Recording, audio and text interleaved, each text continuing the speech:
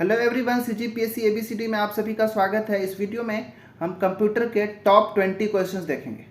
ठीक है, ये सारे क्वेश्चंस बहुत ज़्यादा इंपॉर्टेंट है।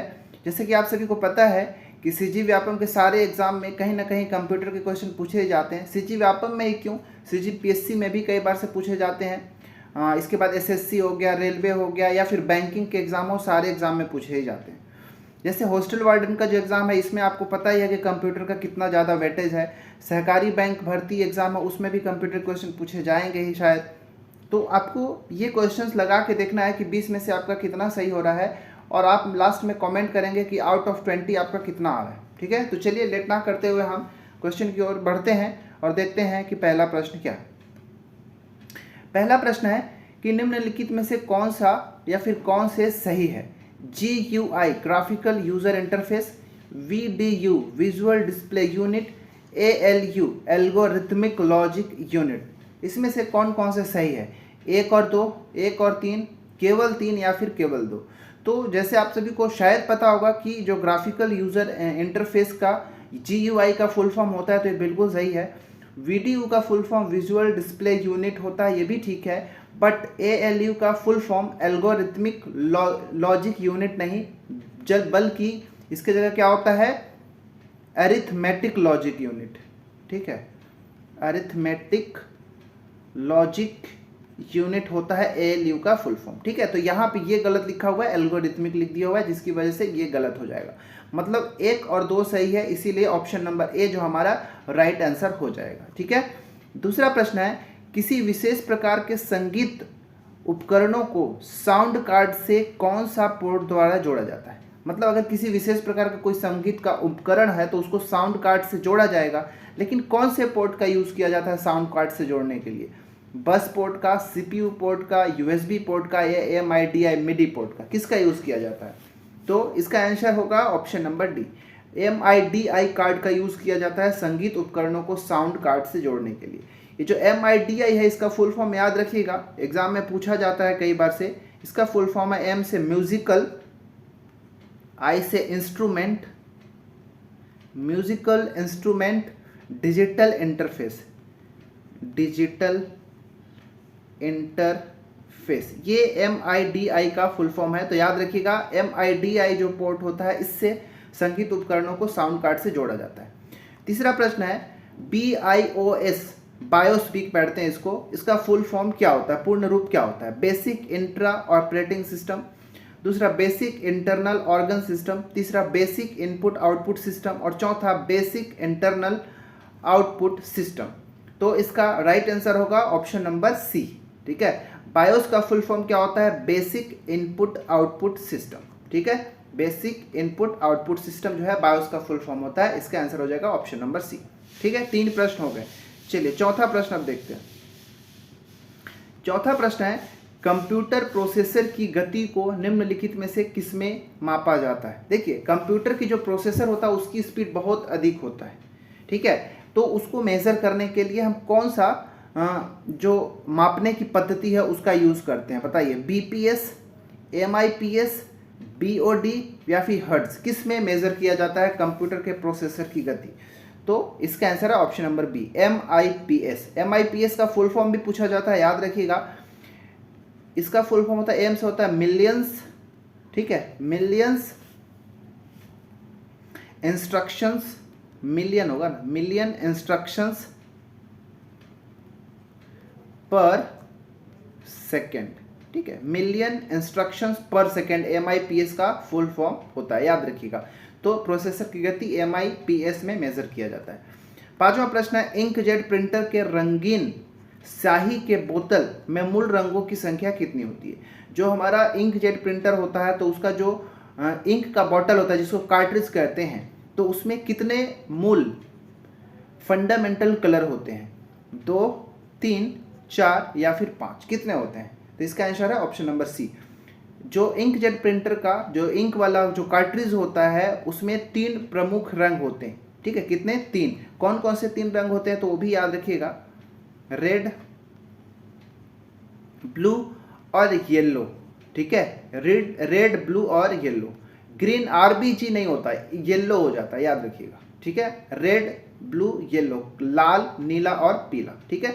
छठवां प्रश्न है कंप्यूटर मॉनिटर के डिस्प्ले का आकार कैसे मापा जाता है? जिगजैग, हॉरिजॉन्टल, वर्टिकल या फिर डायगोनल। इसका मतलब क्या हुआ क्वेश्चन का, जैसे मान लीजिए कंप्यूटर का ये मॉनिटर है, ठीक है, तो इसका जो डिस्प्ले होता है उसका आकार को कैसे मेजर करते हैं? या हॉरिजॉन्टल ऐसे मेजर किया जाता है, या फिर वर्टिकल ऐसे मेजर किया जाता है लंबाई या चौड़ाई को, या फिर जिगजैग ऐसे मेजर किया जाता है, या फिर डायगोनली मेजर किया जाता है।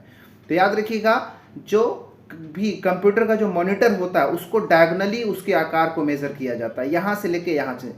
जब भी आप डिस्प्ले वगैरह, मॉनिटर वगैरह या टीवी वगैरह लिए जाते हैं तो हम ऐसे चौड़ाई को नहीं मेजर करते हैं, या ऐसे जो उसका जो आकार मेजर किया जाता है डायगोनली मेजर किया जाता है, याद रखिएगा। ठीक है, इसका आंसर क्या हो जाएगा? Option number D, diagonally. सातवां प्रश्न है कैश मेमोरी के मुख्य रूप निम्न में से किसका उपयोग किया जाता है? कैश मेमोरी के लिए मुख्य रूप से किसका उपयोग किया जाता है? SRAM, DRAM, ब्लू रे डिस्क या फिर DVD, किसका यूज किया जाता है? देखिए एक्चुअली कैश मेमोरी होता क्या है, पहले उस चीज को समझिएगा।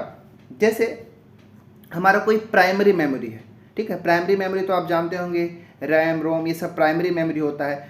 तो प्राइमरी मेमोरी और एक होता है CPU, ठीक है। तो कोई भी जब इंफॉर्मेशन है, जब उसका कंट्रोल मतलब CPU में जाएगा कैलकुलेशन के लिए, मान लो जाने वाला है एग्जीक्यूट होने के बाद, तो जब यहाँ से जो मेमोरी है, जो हमारा डाटा है, यहाँ से यहाँ तक जाएगा। तो यहाँ से यहाँ तक जाने के लिए बीच में कहीं पे स्टोरेज की आवश्यकता होगी।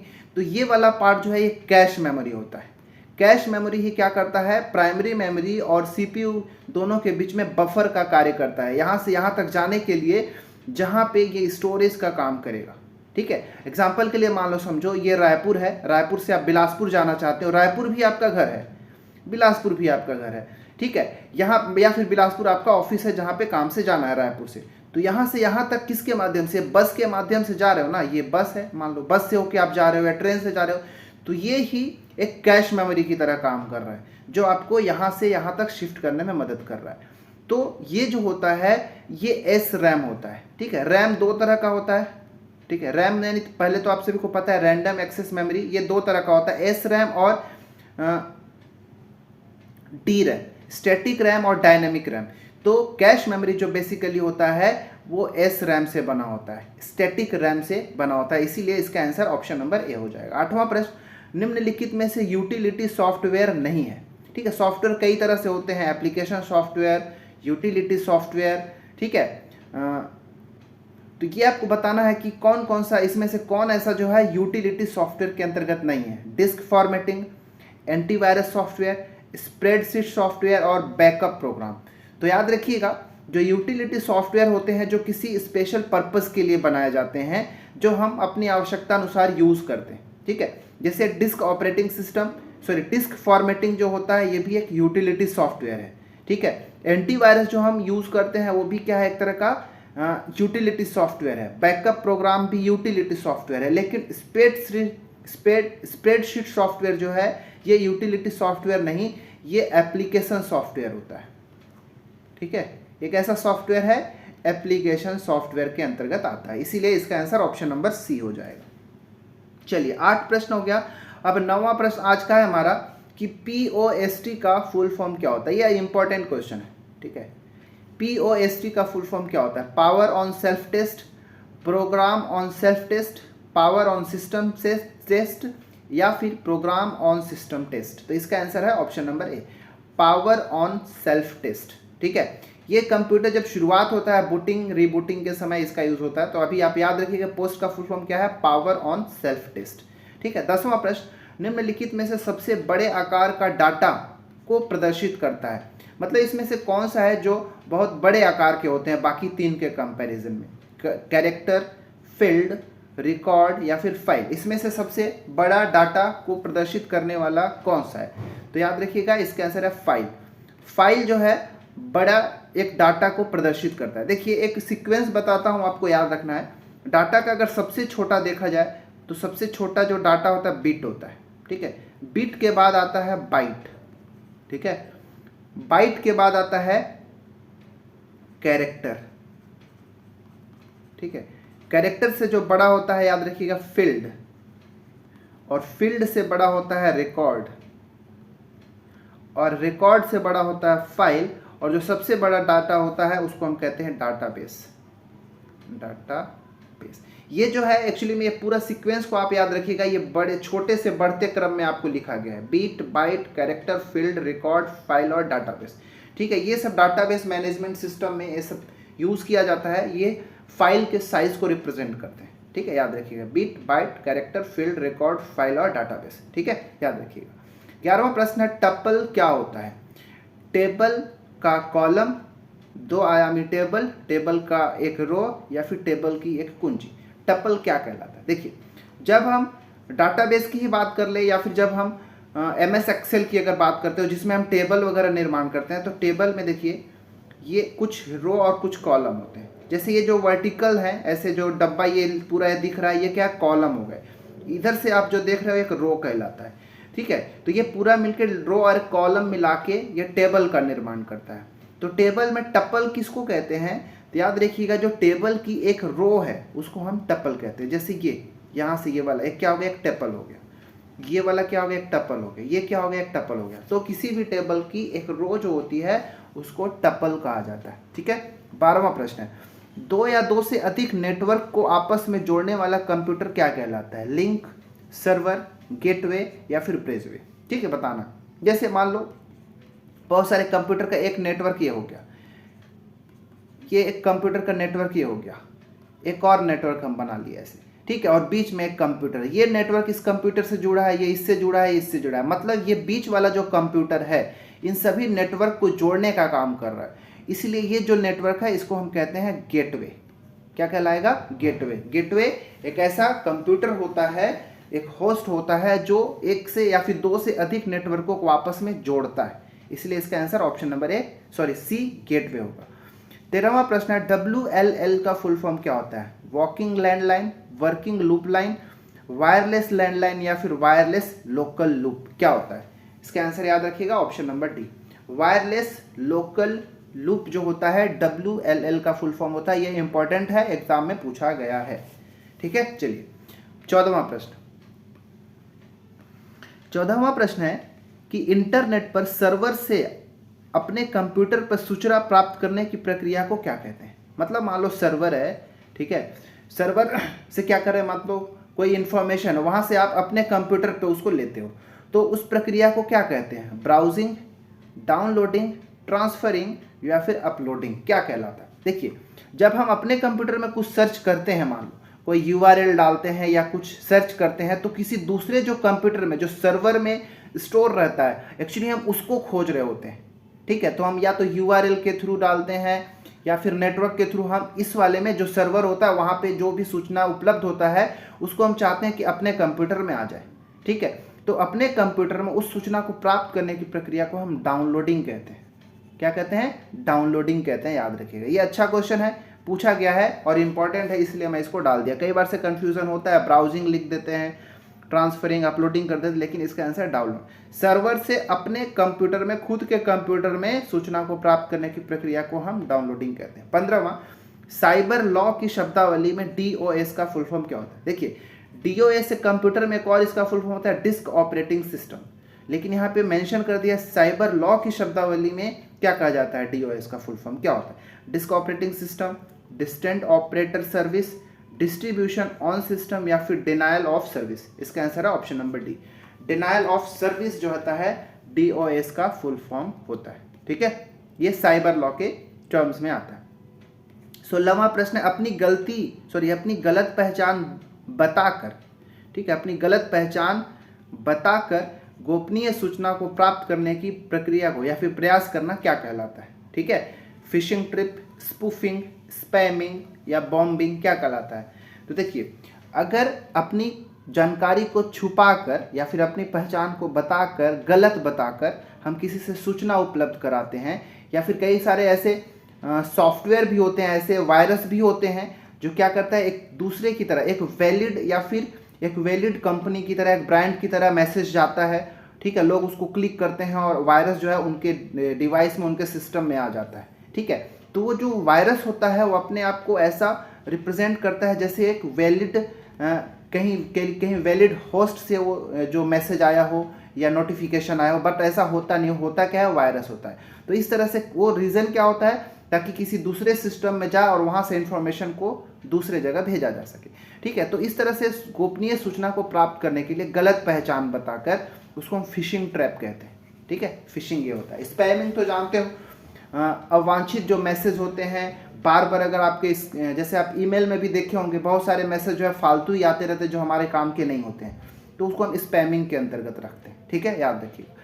17वां प्रश्न है, निम्नलिखित में कौन सा एक ऑडियो फाइल एक्सटेंशन है। देखिए बहुत सारे तरह का डाटा होता है, ऑडियो होता है, टेक्स्ट होता है, वीडियो होता है, इमेज होता है, तो सबके लिए अलग से एक्सटेंशन बने हुए हैं।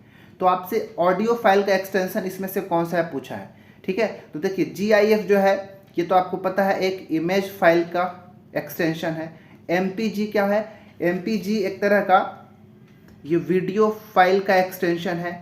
WAV ये जो है एक ऑडियो फाइल एक्सटेंशन है। BMP जो है एक इमेज फाइल एक्सटेंशन है। जैसे जो डॉक्यूमेंट्स होते हैं माइक्रोसॉफ्ट में उसके लिए .doc फाइल एक्सटेंशन होता है, .txt होता है। ठीक है, याद रखिएगा। तो WAV जो है एक तरह का ऑडियो फाइल एक्सटेंशन होता है।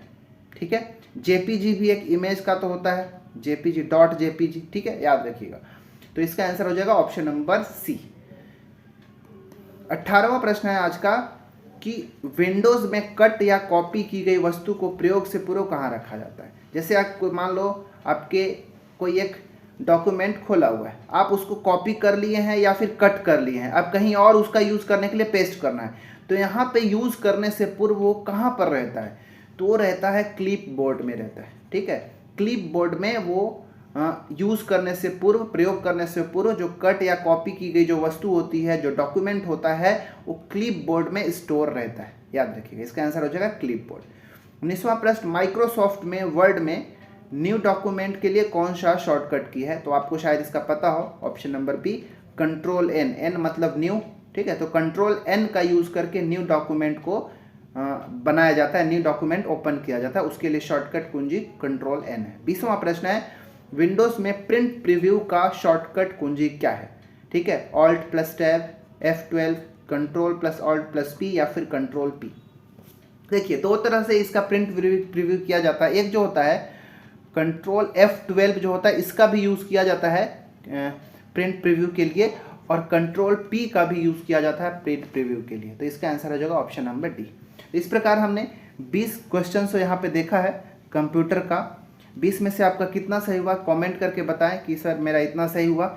और इससे पहले भी बहुत सारे वीडियोस, कम से कम 15 वीडियोस जो है हमारे चैनल में कंप्यूटर वाला जो प्लेलिस्ट है उसमें है, तो आप उसको भी जाके एक बार प्रैक्टिस कर सकते हैं। बहुत अच्छे अच्छे प्रश्न वहाँ पे हैं। ठीक है, और बताइए किसका कितना सही हो रहा है। और ये वीडियो जो कंप्यूटर के हैं, बेसिकली हॉस्टल वार्डन का जो एग्ज़ाम होगा उसमें, पटवारी का एग्ज़ाम आता है उसमें, ये सारे एग्ज़ाम में, व्यापम के एग्ज़ाम में कंप्यूटर के क्वेश्चन आते हैं, इसलिए मैं बना के रख रहा हूँ। ठीक है, हमारा टेलीग्राम चैनल से भी ज्वाइन कर लीजिए, वहाँ पे हम किसी भी तरह का डाउट होता है उसको वहाँ पे मिल के शॉर्ट आउट करते हैं। अगर आप चैनल में नए हैं तो प्लीज़ चैनल को सब्सक्राइब कर लें, दोस्तों के साथ शेयर कर लें। मिलते हैं किसी और वीडियो में। बहुत सारे हमारे चैनल पे वीडियोस अवेलेबल है, मैथ्स के भी वीडियोस हैं, जीएस के भी वीडियोस हैं, इंग्लिश के भी वीडियोस हैं, सारे वीडियोस अवेलेबल है, आप वहाँ पे कभी भी जाके देख सकते हैं। ठीक है, चलिए मिलते हैं अगले वीडियो में। इस वीडियो में इतना ही, धन्यवाद।